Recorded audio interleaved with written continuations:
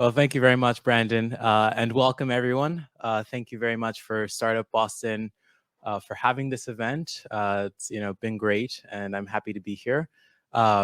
Before we get started, I do want to say, entrepreneurship's a very difficult thing, and our panelists today are people who've been in businesses, different stages of their entrepreneurial journey, but have shown that they are survivors and shown that they can they can push through and they can achieve success. And one of the things that is very important about surviving in a startup is knowing when to pivot. Things can go well in your head, but when it comes to the real world, things may not be as so.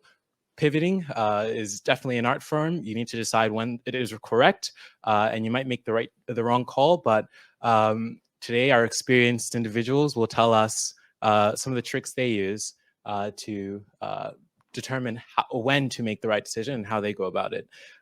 So let's just dive right in. So I'm going to start with Shireen, and can you introduce yourself before you answer the question? But when is the right time to pivot? Sure. I'm Shireen Shermack. I am the Chief Business Officer at Atlantic Quantum. I'm also an entrepreneur in residence at Harvard Business School. And knowing when the right time to pivot is to just think of everything that you're doing at a startup is really just testing a hypothesis. And the way you would do that in the scientific world would be to just think about what were your measures that you were expecting. You probably set up some true or false or some quantitative measures before you got started. And if you're not meeting those measures, you would want to examine whether your hypothesis was correct and make alterations. And it's important to remember that then you're moving on to the next hypothesis to test. Yep. And Vasilios, do you have anything to add to that? Excellent. Thank you, Ismond. Vasilios Roussos, Managing Director of the DCU FinTech Innovation Center, which is a nonprofit accelerator for fintech startups. So when to pivot? So it's an excellent question, right? And it's actually not a question that is at an exact moment in time, because there could be lots of different reasons of when to pivot. You're pivoting to find product market fit. You're pivoting to find your first customer. You're pivoting because your financial and revenue growth has stalled. You're pivoting because your competitors have outleaped you in technology. So all these are different instances, right? Which is getting to the same underlying analytical thesis that Shireen was talking about. So I'll address it from a different perspective, which is you realize that you're not moving, right? And you need to. And the reason to pivot is because what you want is sort of a change in direction from pushing to pulling.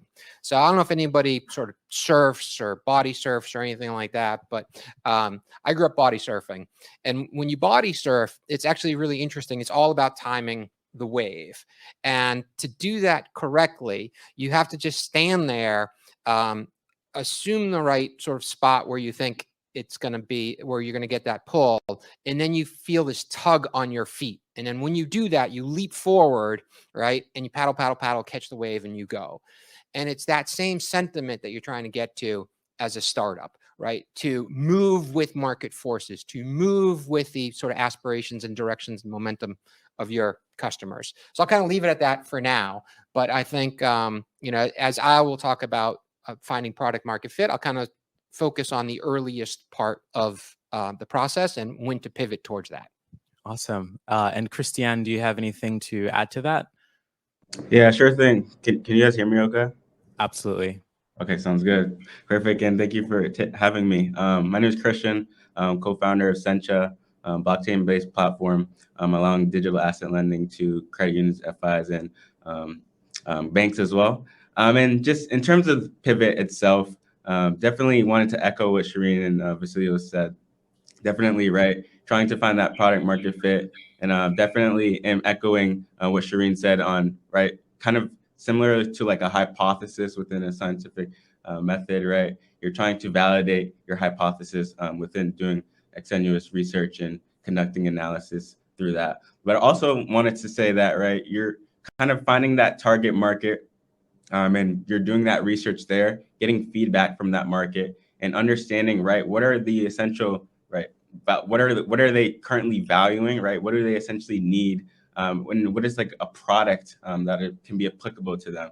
And so doing that research, right, and doing that due diligence there, you're able to find that, okay, this is something that they need. This is something that essentially, right, at some point they're not going to be able to live without. And now we can create a product in order to fulfill those needs. And so that's doing that research, right, and creating that initial product, that initial value proposition, and then going through those processes will allow you to kind of create that or navigate where you need to pivot within your startup's journey. And so startup journeys, right, they tend to go in different ways. But I think that right throughout the life cycle of a startup, right, there's these like micro pivots that you may go through and that essentially occurs throughout your startup journey as well. Thank you. That leads me to another question, because I like the idea of micro pivots. What are your thoughts on taking a slight change versus deciding that it's time to take a big change, to pivot the entire company, to change the mission? Or what are your thoughts on?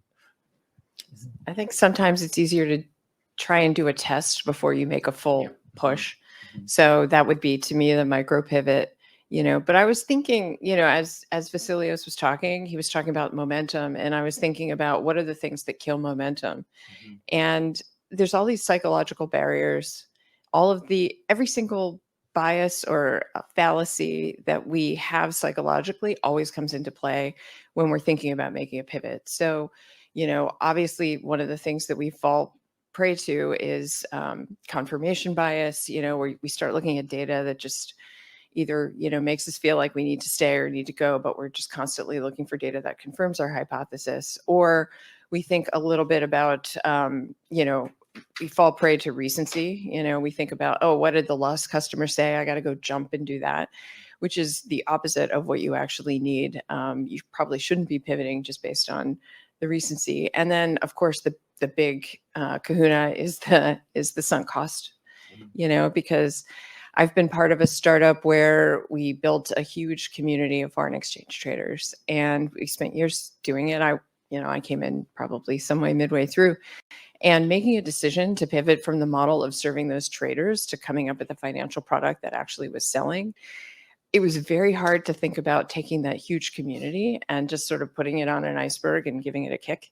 And that's tough. And so there was a lot of work and a lot of deep thought done, but really the way to successfully make that move and like pull up stakes was to examine things, to try and push aside those biases, or think about, well, is it really just that we've spent this much money, but it's not working, so we're just going to pour more money down the same hole or whatever. So would you say there's a wrong time to pivot? There's absolutely a wrong time to pivot. I've also been parts of startups where, every customer interview you do could in theory be a pivot. So you don't want to get stuck with that. Yeah, so I think I echo everything that Shireen said, and it's really hard, but you do have to have clarity, right? And that clarity is, am I taking into account sort of these customer wants and iterating and evolving my product, my unique value prop, my business approach and model and thesis, right, to adapt to the market because I'm getting more sophisticated, which is things that you should be doing all the time, versus a more fundamental pivot, which is, hey, we're going in a different direction entirely. And I've seen, so we have close to 90 startups go through our program, all in the sort of pre-revenue phase, now are worth over $1 billion. So I've seen people succeed and fail in every single variable here. So sometimes you can have so the easiest thing is when you come out of the customer space, because you understand the problem, you understand how to communicate that problem to the customer and within their language. And so you have a really solid foundation, and the rest of it is what's the product and the business. Sometimes, people fit that mold. Other times it's a different mold where there's, and I'll speak to a company called Now Candidly, previously called Future Fuel, fantastic founder. Shireen knows Laurel well. So Laurel had a value prop of connecting employers and students with debt together to reduce debt load, right? And it's all around, and this was going back to 2016 when she started this company out of MIT. And originally it was a job market fair, right? So she knew the general value prop, but how do you build a business out of it, and who's the customer? And she had to go through 3 entire pivots of different customers, different business models, and different value props until she got there. And because she was highly intelligent and was able to get the funding and the resources, she was able to survive those 3 pivots. Not everyone has that opportunity. So you have to ask yourself, is this a knee-jerk reaction, right? Have I learned something fundamental before I'm making an entirely new sort of company bet and pivoting? And if I'm making that fundamental company bet, what have I learned, going back to the analytics, that's going to give me a higher chance of success in that marketplace? And sort of you can't bet customer, value prop, right, and sort of business model all at once, right? You've got to focus on probably one of those. And so it's all focus, it's all iteration, and it's all learnings. So. And Kristian, do you have anything to add as to when, if there is a wrong time to pivot? Yeah, so I think going back to Shireen's point of being this being very like parallel to like science, and giving like a personal example. So when we first started off doing Sencha, we were initially doing a direct-to-consumer product, essentially targeting Gen Z college students, and trying to create this like credit builder card. If anyone's familiar with like a Chime credit builder card. And we were doing a lot of analysis and doing a lot of customer surveys, and getting research and feedback from customers as well, to be able to determine, right, what will be most applicable to them, and right, how do we essentially get these customers financially literate? And kind of doing some research, we realized like, one, we weren't getting enough traction. There wasn't enough stickiness around the product. But we really were fond about this mission of democratizing financial wellness, and creating this idea of financial literacy, to be able to help these individuals become more financially literate. So we had that mission. We stood strong behind that mission. But we were like, okay, what are new products? What are new ways that we can start to promote this? So I think that's another key component, right? Like you were talking about mission, values, and kind of keeping that foundation in the back end. But then, right, iterating maybe your product, or maybe your customer focus, and that's what I meant by like micro transitions or micro pivots, in order to change that kind of focus there. And so we were looking at different ways, right, in order to still kind of produce that financial literacy, still produce ways for individuals to become more financially literate within the financial ecosystem, but doing it in a different way. And so that's how we started to pivot into new ideas, and start to find new ways to kind of get involved in the space and get other individuals involved in the space as well. So I'll follow up to that. Have you ever had a situation where pivoting was not the correct path to take? For me, myself, you're saying? Yes. So I think not that it wasn't the correct path, but I would say that in terms of it being a lot harder in order to navigate, just because, right, if you're thinking about market and timing and execution are also key things there as well. And so, right, for example, right, you see current bull runs within different markets. For example, right, you saw the crypto space bull run, or you saw e-commerce bull run. And so, right, if you're trying to time the market correctly, right, and you're trying to pivot into a particular market where maybe it's more saturated at a particular moment, right? So, for example, right, we just hit that crypto bull run, right? There's a lot of companies that were saturating the market. And so you saw that there are a lot of individuals trying to get into that space, right? Some products that are invalid, some products that were valid, right? And so what you saw is that, right, for companies trying to pivot into that space, maybe, right, they didn't come out, right, as well as they thought they would have, because of that, because of the matter of, right, the saturation within the market. And when we were working on our credit builder card as well, the market got really saturated because there was a rise in fintech, and there was a rise in like a lot of fintech companies coming into the space. And so I think, right, if you're trying to time the market correctly, then there could be a wrong, right, time to pivot, because if there's too many companies doing the same thing, right, you have your bigger competitors, you have your monopolies within the space, kind of overarching that space as well. It's going to be a lot harder to have a competitive edge and get that advantage over other companies as well. So, but for myself specifically, I'm kind of an optimist in most sense. So I like to think, right, even if it's a lot harder to kind of get through it, there's a small wiggle room. There's a small way that we can get out and kind of figure out how to kind of deal with the adversity itself. So when you look at, we talk about like using the scientific like method. If you look at everything and you feel as if you should pivot, what are kind of what are some of the mental tools you guys use to determine whether or not it's the right decision to pivot? You're bringing, what you can bring to the table. So you have to determine whether or not it's the correct decision to pivot or to say do other things. So I'd actually argue that you're probably not going to get the right answer from data completely, right? Because if there was market data available that gave you the right answer, the incumbents and your customers would just do it, right? They've got resources and they've got skill sets. And so as a startup, if you're trying to differentiate yourself by doing something new and different, you've got to take a risk. And usually that risk is because the market information isn't there, right? Sometimes it's execution, sometimes it's technology, but just kind of focus on a regular product here. And what I do want to highlight is something the previous speaker said, which was timing, right?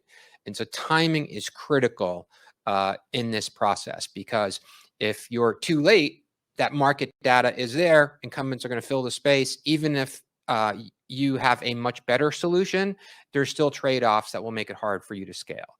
If you're too early, you're not compelling enough, you're not urgent enough for your customers to take notice and jump on what you're doing. And so that can be the most challenging thing. There's all kinds of surveys that are done to say, what's the most critical success factor in a startup? The ones that I believe are the most kind of rigorous say it's timing, right? Timing, then management, funding, almost all the way at the bottom. So whereas entrepreneurs, so let me actually take a different answer to this question, which is, so what leads entrepreneurs astray? As I see it, it's because you're putting the flag in the wrong spot, right? So this whole idea of where to pivot is where to plant the flag, where to have your North Star, and that should be aligned with your sort of customer value prop. What happens with startups is it's life or death every single day, right? And you're working through fumes. And so you tend to say the goal is what's going to get me funding, right? And now you have a misalignment between what the market wants and needs and what you need to deliver and sort of what you're focused on as a company, because you're saying, I need to get to so much revenue and show so much growth and then so much, et cetera. And now you're out of alignment with your customers. So always focus on that value prop first, because you have a business that you can build on. You can get insights that are more valuable than anything else that you would get otherwise, and be more sophisticated to be able to determine the timing and sort of needs and evolve and iterate from there. Yeah. I mean, I'd agree with a lot of that. I think, a lot of times in startups, you're choosing between, you have to make a choice, and the pivot time is usually around the time where you're thinking life or death. But it's really more of a question of, am I going to do the slow death and not pivot? Right. Or am I going to do the potential quick death and do the crazy thing and actually see what happens? But I think you're right. Like, the information that you want to be assessing at that point in time isn't necessarily, has the market grown or whatever, because you're right, that information is entirely commoditized. But the information that you can look at is, what were my OKRs? Have I sold a customer recently? Is it always just around the corner? So I just sold a company about 6 months ago, and there was a day about 3 months before we sold, 4 months before we sold, we were like, can we raise this next round, or should we just look at some of the customers that wanted to buy us all along and start getting them competing and do an acquisition? And it was really tough. It was really tough to decide whether to just pull up stakes and like end it and go sell. But at the time, we just had to have this like cold bucket of water conversation where one member of the team really wanted to keep going, and other members of the team were really like, yeah, I'm not sure this makes entire sense. It really is always around the corner. And we got all these customers repeatedly asking us, hey, are you interested in selling? Can we capture your IP? All of that stuff. So I think at that moment in time, it was just so important to pay attention to the divergence of voices. Sometimes it's so much easier to just like pull in closer the people that agree most closely with you and tell you, yeah, you're so smart. I'm sure you'll think it out. I'm sure you'll get it. At that point in time, it's much more important to listen to the people who all along have disagreed with you or agreed with you, because they're telling you the truth. And at that moment, we really had to just rip the Band-Aid off, and we made a decision literally in 2 hours that to go from fundraising full on into selling the company, which we did successfully, which was a great thing. But, it's a tough moment and tough call to make. And on those tough calls, what would you say to an entrepreneur who is, running their company? It hasn't been going well. They've come to the decision to pivot. They've looked at all the data, all the contradicting data, made the tough decision. They're feeling unsure. They're, they're saying it's like chewing glass and staring into the abyss. So they're staring into the abyss. What do you say to that entrepreneur? I honestly, sometimes it's just important to look at how much money do you have left in the bank and how many more tests can you do. So if you've got 4 months of runway and you're fairly confident that with the sales or other metrics you have so far, you're not going to be able to raise the next round, it is really time to think about, how do we make something different out of what we have? Should we sell? Should we pull the plug and return money to investors? And the thing that is going to generally change that decision, I'm sure Vasilios has seen this a million times, really depends on the entrepreneur themselves. And I think the more seasoned an entrepreneur you get, the more quickly they're going to pull the plug, because they realize there's always a tomorrow, and there's always a next startup, or there's always a next thing to do, and life will recover. But I think it can be particularly hard on first-time founders to make those tough decisions, because it's tough to know what it's going to feel like in the after. Yeah, that's absolutely true. And so I'll kind of sidetrack that conversation, because one of the things just to be honest about is, why do people make suboptimal decisions, right? And so the question is, for addressing when to pivot, why don't you pivot? Why don't you give up when you do? A lot of it is, this idea of shame. So people just feel like really shameful about going out there and the startup not growing, not getting, marquee venture funding, deciding to wrap it up. And, I've got a totally different opinion, which is, if you walk into a room and say, all right, how many of you just general people, not, sort of startup people, how many people of you have a dream, right? How many of you is that dream so important that you're going to make that the priority in your life? Now, how many of you are going to give up everything else and focus 2 years on that dream? Okay. And now when your bank account is empty, right? And are you willing to continue to double down on that dream and make it a success? And knowing ahead of time that 80% of the folks aren't going to make it, are you still committed to that? Right. So by being a startup founder and saying, yes, I'm doing that, right, shows a commitment, a conviction, right, a willingness to sort of work through a whole bunch of different problems in a way that most people wouldn't, right? So by the fact, if you do this and move forward and learned anything by this process, right, you are to be sort of cherished as an individual. And so I think that that's really important. And so that means that there's always going to be future opportunities of the next startup or, something to do. But at the end of the day, when do you decide to call it quits? It's, can I provide enough value to my consumer, to my customer, that they're sort of compelled to work with me, that they're coming to me to engage? And if that is heading upwards, then you're in good spot. And if it's not, then you should probably rethink things. And Kristian, do you have any words of wisdom for that entrepreneur? Yeah, so I mean, from my perspective, I mean, from what I've done, I'm kind of big on the why and kind of why are you partaking in this as well. And a lot of it for me is mission driven, so which is why it kind of pushes me and motivates me to do it.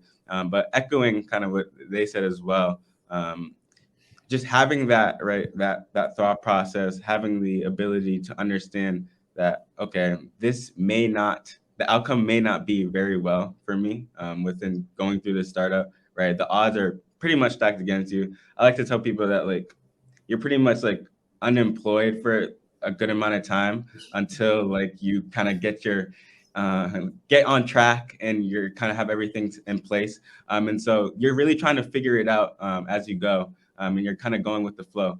And so really just understanding that, and understanding that you most likely won't succeed, but if you do and when you do, you really have that opportunity to do something, cause great change within kind of that industry that you're targeting as well. And so it's like really just targeting, honing in on that particular mission, that particular drive that's driving you, and then seeing if you're able to figure out how to create that product that can be applicable to that particular market.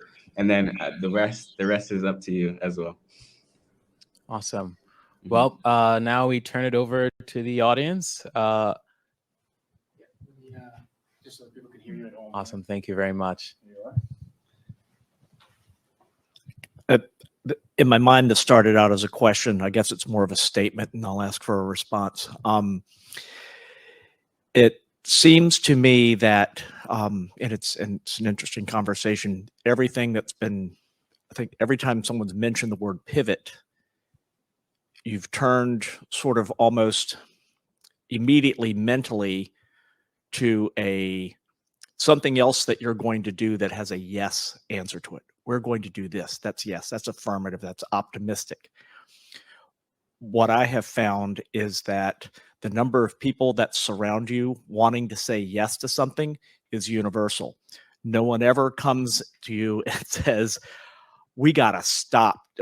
We got to say no to this.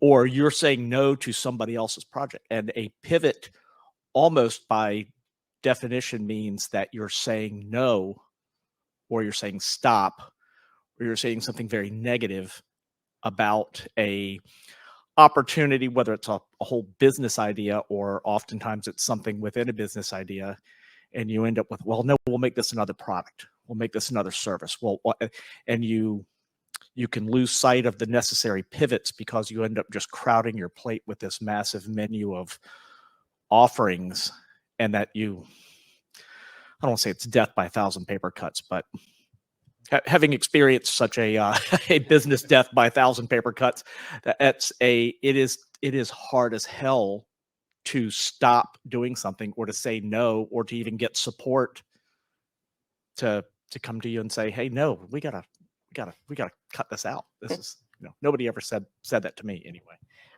I think the best thing a professor ever said to me in business school is strategy is 100% about what you're going to say no to. It's not about what are we going to do. It's about what can we say no to, because that is so much harder. But I think the startups that I've seen really succeed have been the best at incorporating neurodivergence or divergence of opinions or diversity, period. That's why diverse startups tend to survive, is because you don't have this consolidation of opinion.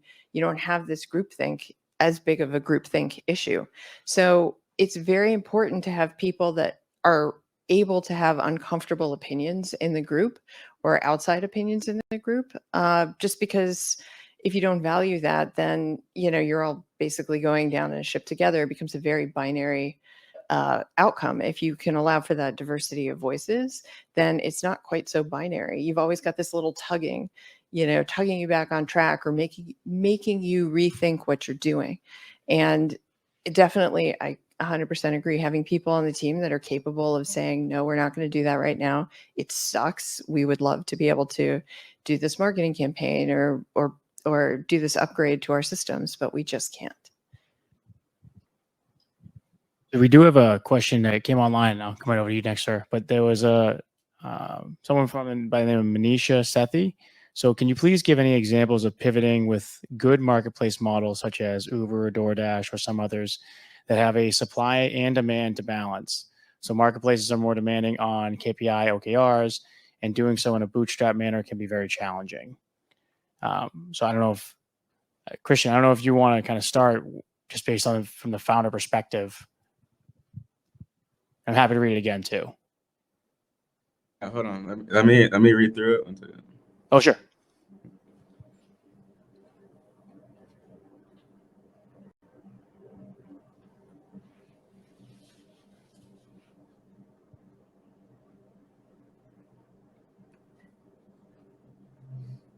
Okay, so essentially just asking, or I guess giving a practical example of pivoting within the industry or within this particular industry in particular. So I can give my personal example, and then I don't know if someone wants to tackle with like a real world example. But from my personal example on pivoting, I had mentioned before that right we did a kind of our KPIs were user due diligence, so kind of getting surveys from customers in particular. So when we were targeting Gen Z college students, we went out, we kind of did guerrilla tactics and kind of doing flyers, newsletters, things of that sort, and then getting like actual surveys, right? So, for example, right, do you have a credit card? Right? What's your credit score? Getting those like practical details. And so then, right, getting that feedback, we were able to understand, right, our market, right, how financially literate is our market, and then utilizing that data, we were able to apply it to our particular market. Then, in observing that, we saw that, okay, there's not as many people that we thought within college campuses that have their own credit card or who aren't right connected or who are separated from their parents' kind of own branch or a banking branch. So then doing that analysis, we're like, okay, maybe this market isn't as big as we thought it was. And so kind of doing that, retracking, doing some data, analyzing that data there, we were kind of able to branch off there as well.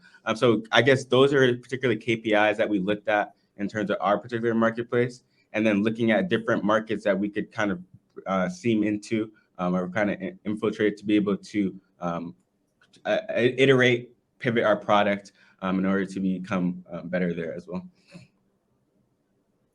Yeah, I think two-sided marketplaces are very difficult to start. And at that point, you almost have to have a network of relationships on one side or the other so that you just have an anchor on the one side. But it's, the reason these things become legend is because they're so difficult. Agreed. It's one of the hard. You're basically adding an entirely new dimension of complication to what's already a complicated multidimensional product in the first place. So, I mean that's it when you have multi-sided markets. But the other thing to think about is AI is hot right now. I think rightfully so. I don't think that you can underestimate the value and impact of AI in the future. And I would say if you doing a startup, you should certainly think about, if not how to use AI, how a competitor company who is using AI would sort of compete and fare against you and sort of plan accordingly. That being said, there's a similar challenge for AI because you need data, right? And so how are you going to build a company to acquire data to train the AI to deliver the value and the competitive differentiation, et cetera? And so it's kind of a similar exercise that you need to go through a multi-sided marketplace, and one that probably you should all be thinking about, and don't kind of wave the AI banner lightly because it's actually hard to deliver on. Just wanted to go back to something you said about the no's. I'm an attorney now, so usually we're brought in when there's a lot of yeses and then when there's a lot of no's. But one question going back to the pivot, how can entrepreneurs maybe kind of, there's the shame of not maybe following through all the way, but there's a lot of selling what you're doing, selling your product, and then there's the selling of you as the entrepreneur. And how can they sew that line after something maybe doesn't work out? Like there is a tomorrow, but what would your suggestions be to folks? Okay, you're switching from selling this product to selling that you can do this again to sell maybe another product. And I just want your thoughts. I think it's really the same, whether it's pre-pivot or post-pivot, right? It's the same factors, and say, is this person credible? Is their thinking rational? Do I follow it, right? Are they showing compelling evidence? Have they done their homework? Have they delivered on the things that they said they were going to do, right? So, hey, we had a thesis, and this is all the reasons that we believed in this thesis. It didn't work out. right? Before we spent extra resources, we went in this direction, right? Here's the new thesis. Here's our plan of approach. Here's the way that we've substantiated it, doing all the analytical work that Shireen was talking about earlier. I think that shows a level of, like I said, sophistication and capabilities that you would want to believe in that person again.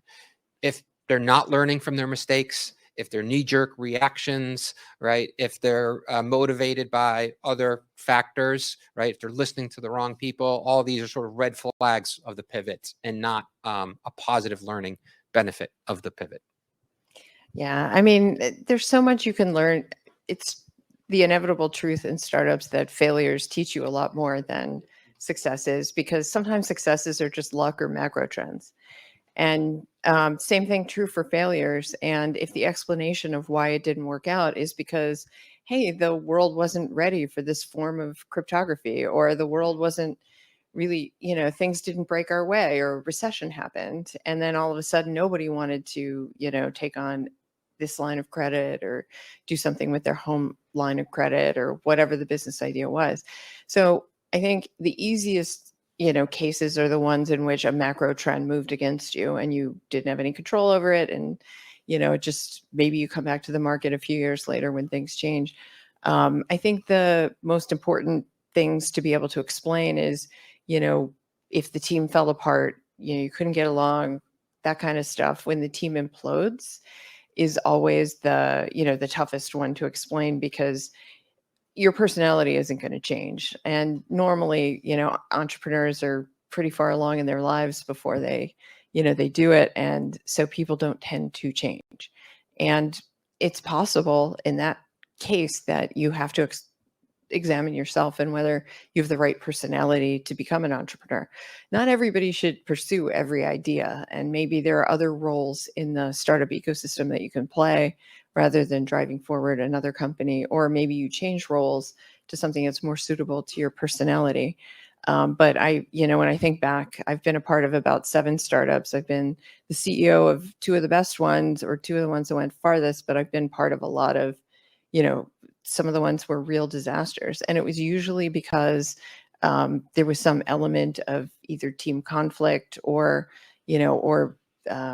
a leadership failure of some kind. And those are the toughest to explain. So it's really important while you're in it to really be in a state of always being self-examining, really get some outside feedback on your own personal interactions. Are you, talk to the people on your team you're not getting along with, and literally solicit like the opinion, put the apologies out there, and do all of the tough things, because that's going to be the toughest stuff to explain later.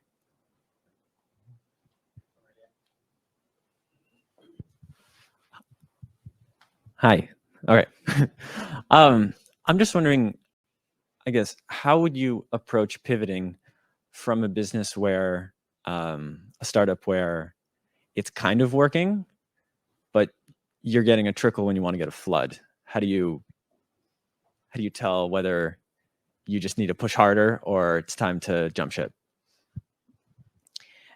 I think it's important to consider that not everything is knowable, and that if you have 2 choices and you're deliberating between them and you have enough money to kind of go way farther, it's not always wrong to not make the pivot, or to not make the change, or whatever. If you have 2 paths that seem very equally valid, it just means that neither one is a much better choice than the other.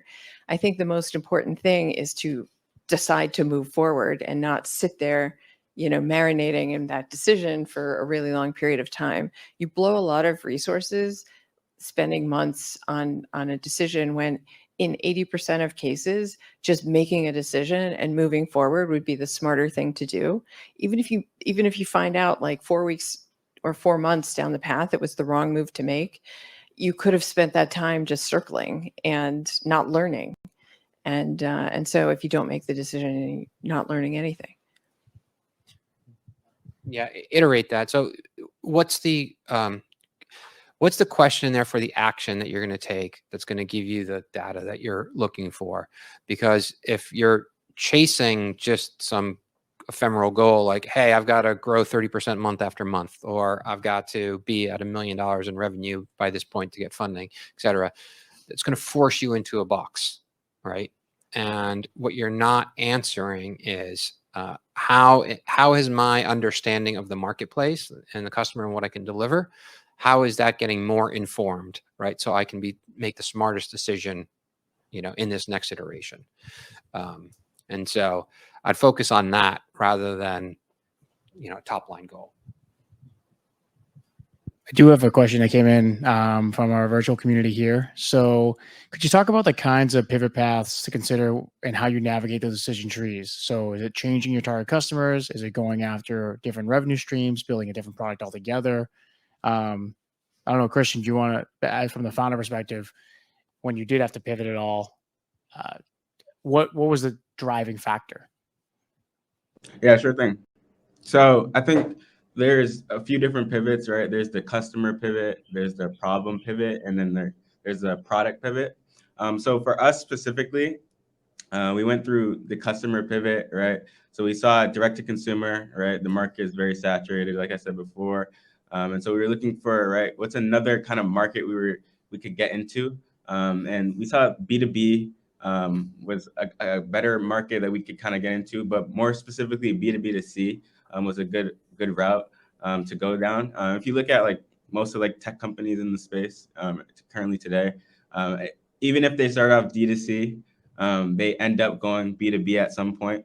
So we thought, right, going B2B2C may be a better path for especially what we were trying to do, right? Financial technology companies as well. And then you go kind of like that product pivot, being that, okay, is this product actually driving value to the target customers in our market that we're trying to reach out to? And realizing, right, is this product something that, right, eventually these customers can or can't live without? And is it something that they need? So understanding that that value there, that value drive, and then the problem pivot, of course, being, right, am I solving an actual problem within the market, right? Does this actually have value? And so understanding kind of those three components, I think, were major and helping us determine, right, whether to pivot or not to pivot, and when is the right time to pivot as well. Yeah, and what I would say is when you do pivot, what is it that you learned from your prior experiences is going to make that pivot that much more successful? So like a couple examples, just to put some color on this, is we had one company called Project Finance, and they were financial management software for consumers, help them achieve their kind of financial health and wellness goals. Well, they got to a point, developed a great product, highly engaged customers. You got to like a couple thousand, right? Similar to the circumstance that you were talking about. And then what? How do you really grow into like a fast-paced fintech company? And then DCU came along and said, hey, is there an opportunity to work together? And so that company ended up deciding that it was going to be really challenging to scale to hundreds and thousands and millions of consumers and very expensive to make that bet on that pivot that it could deliver. So instead, it worked with DCU and had to kind of deliver an enterprise version of their product, took 2.5 years of development, but then launched with 1 million people on it, right?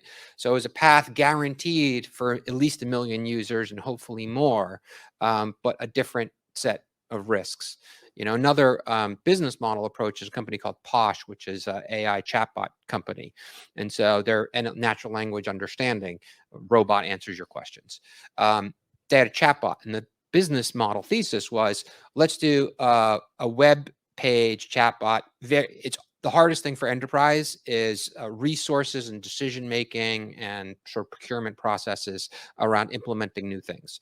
And so let's just have a widget on any website, easy to deploy. It's cheap, should get us in the door, right? We can sort of build a customer base and then be able to grow revenue from there.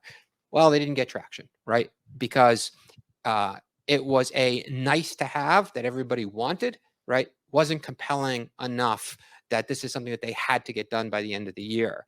And so, we worked through a discovery process with them, found out what was the urgent member service or customer service problem was the telephones.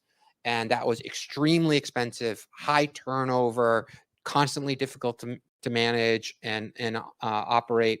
And so they applied their technology to build out a IVR model, which is, you call up and the bot answers your question for you. So kind of first line of defense. That got them to jumpstart to 8 sort of design partners and then launch. Now they're sort of 2 years later, 50 customers and growing very rapidly.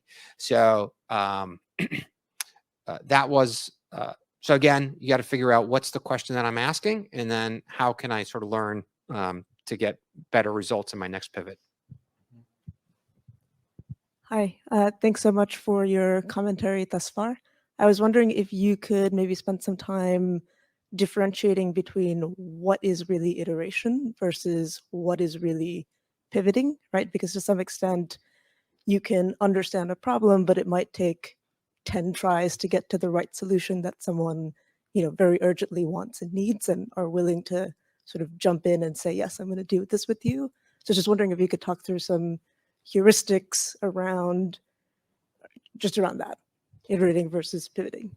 I guess I'd look at whether, especially if it's software development, if it's about building an entirely new core product, or whether you're adding features and fixing bugs on the next iteration. If you're retooling the underpinnings, I mean, to me, that's a product pivot.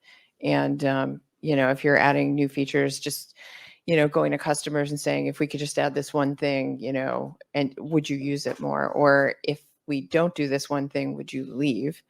To me, that's the iteration process. And for sales, I think, I was thinking about what you were saying a little bit, like if you're moving to an entirely new customer base, like we're doing B2B to B2C, that's an obvious pivot. If you're saying, we shouldn't be selling to CMOs, we should be selling to CTOs, to me, that's an iteration, because you're not really fundamentally changing the product. You're not changing the core customer that you're going after. You just learned that the person who has the checkbook is not the person you're talking to, or something like that. Yeah. So Reid Hoffman defines it as a sort of significant company resource bet. And I think I lean towards that direction.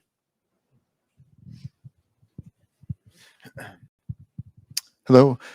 So in terms of talking about pivot, we can sort of recognize that pivoting is not something you wake up in the morning hoping that you'll need to work on that day. Some companies die before they pivot. They don't realize they need to pivot and they just die, or they attempt to pivot and they die. Let's say that you it's interesting you use the word shame, externally, I think a lot of people can observe a company or the people and they can make some type of judgment, as to whether these people are whatever valuable to them. We're talking about fundraising. So let's say you have a company and you decided to pivot, and you hoped and you prayed and you stayed true to what you attempted to do, and you landed the pivot magnificently well, or just kind of decently well. Now you're there and you're pushing ahead. You made it, out of the forest, and you're moving ahead.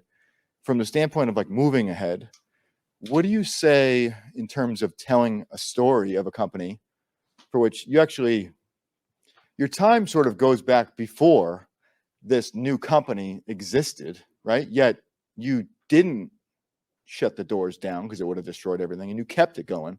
And now you're on the other side and you're doing just fine. And now you're really starting to scale up. Now you talk to someone and they say, oh, when did you start? And you say, well, I'll just answer your question. We started such and such date. And they say, you mean to tell me in all this time, this is what you've done? At that point, there's no sense in, well, let me tell you why. How do you sort of encapsulate the idea that it's actually good that you're alive, you've survived, you've pivoted, and there's a road forward? How do you tell that story in a way where, again, the judgment, there's so much judgment against companies. Oh, you didn't do that in 4 months. What's wrong with you? And those of us that are in the trenches battling every day, we just kind of laugh at that suggestion. But sometimes, when you talk to maybe someone that doesn't really know your industry, your space, you just if only you knew half of it. So how do you tell that story? Where's the value in it? Well, So I think if you're focusing on, how do I tell a story to someone to raise capital versus just, a random person, you're right. So for capital, what I would say is, it's a big world. There's lots of people and there's lots of firms, right? And each firm will have its own investment thesis. Each partner will have his own personal sort of psychology and philosophy about this. And and so when you raise capital, it's not about the money, right? It should be about the partnership with the venture partner who backed you, right? And at the end of the day, what they're really looking for is entrepreneurs who, yes, can deliver, but that they can work with, right? Who can change and that they can advise. And you need to have a fit with that sort of psychology and founder thesis that this venture partner has. And so don't take it as a sort of a judgment on you, or you're trying to fit a certain mold. I think you need to present yourself in the sort of smartest, most sophisticated way that you can, and to tell your story so that you can find the venture partner that understands you, understands what you're doing, and can back you personally, right? At a certain point, that is still important, but less so, because it's about the company financials, right? So as you move on to, round B or round C, what are you delivering? And it's all about that. But at the earliest stages, right, you need to gel with the founder, because they're really making a bet on the management team more than anything. So. Yeah, and as the rounds go, you probably had some smaller or seed or, angel capital where you were doing the testing, and maybe that took some time. But by the time you bring in a larger round, you've figured things out, and that's the entire point. And I would echo what Vasilia said about fundraising. I think the main thing that you learn over time in fundraising is that 90% of the time that somebody says no to you, it almost has nothing to do with you. And, it could be that they got burned on something earlier. It could be that somebody came in, a competitor of yours, and you're just being looked at for that reason. There could be a million reasons why they harp on a point, and you always have to think it's what's going on in the other person's mind. Did they get burned on something? Did they, have a founder who would just dig their heels in and not move, or something like that. But you got to stop thinking about the explanation of failure always being just like, what did I do in the room that wasn't perfect? Like, perfection is a really tough bar to meet. And to Vasilios' point as well, there's a lot of fish in the sea, and hopefully you can get out there and find a match. I would think most investors would look favorably on somebody who is able to admit to themselves that their path was not correct and have the flexibility to make the pivot and get going on another direction. I mean, that's a positive sign, I think. So I did have a question for the panel myself. So we kind of been circling around the idea a lot, around this idea of shame or giving up if you have to pivot or whatnot. So how can a founder be reinvigorated or get that confidence back, so to speak, almost like a rebirth, as opposed to admitting a defeat, which is kind of seen as obviously the pessimistic connotation to it all? I think it's about wins, right? I mean, you really have to break things down into the small wins, because everyone's out there every day trying to swing really hard, right, and get that home run, put that that score on the board, and those are great, and kind of obviously that's where you need to focus and celebrate, right? But ultimately, what will get you there in the short run and the long run is just delivering these sort of small wins, right? And the more that you can staple these small wins together, the more successful you're going to be. And so failure is absolutely part of the game, right? Failure. So one person, I wouldn't define it this way, but one person could say, hey, a pivot is a failure. Well, the most successful companies pivot like 1.3, 1.5 times, right? So that means that you actually need to fail, right, to succeed at the highest levels. And so I would not knock yourself down as a result of that. It's what are you learning through the process to succeed more efficiently next time? So. Also, get off Twitter. I mean, all of the hype and all of the hustle culture that you read out there it's so painful for me to watch. Like I almost meta see it at this point as, here's the messaging somebody's trying to deliver, here's other messaging somebody's trying to deliver. But like, people are on Twitter to tout their big wins, and nobody is on there saying, oh, we lost this customer battle to our competitor yesterday. Woohoo. Yep. You know, and it's just a funhouse mirror for, you know, how everybody else is doing. And it's just really rough out there on socials. And what I would say is, like, maybe give yourself the social media break that you so deserve, and take a look internally and really stay focused on your team, yourself. Doesn't matter what other people think, you know, it matters what your colleagues think. We're, you know, and the people who are going to take the risk and jump with you. And Kristian, do you have any additional comments? Yeah, I also feel like just being a founder and kind of going through the journey itself, right? You learn so much, and you learn so much skills that like a lot of people just don't know about, right? They don't understand. And so you're able to share that knowledge with other people. So just embracing that as well, and being able to say like, okay, I started a company. I understand the inner workings. I understand the framework. I understand how to build or start something from scratch. And being able to share those experiences with other people is also something that is also worth sharing as well. Well, thank you very much, everyone, for attending. I'd like to, thank Stephanie and Brandon and the Startup Boston team for putting on a great event. At the opening, I said that these panelists were survivors and have been in the trenches and have come out on the other side, and are in different paths or different stages of their entrepreneurial careers, and they definitely did not disappoint. I think we've got a lot of valuable insights from you guys, and I definitely have learned a lot, and I believe the audience has as well. So we thank you very much for taking the time to be here with us. Thank you.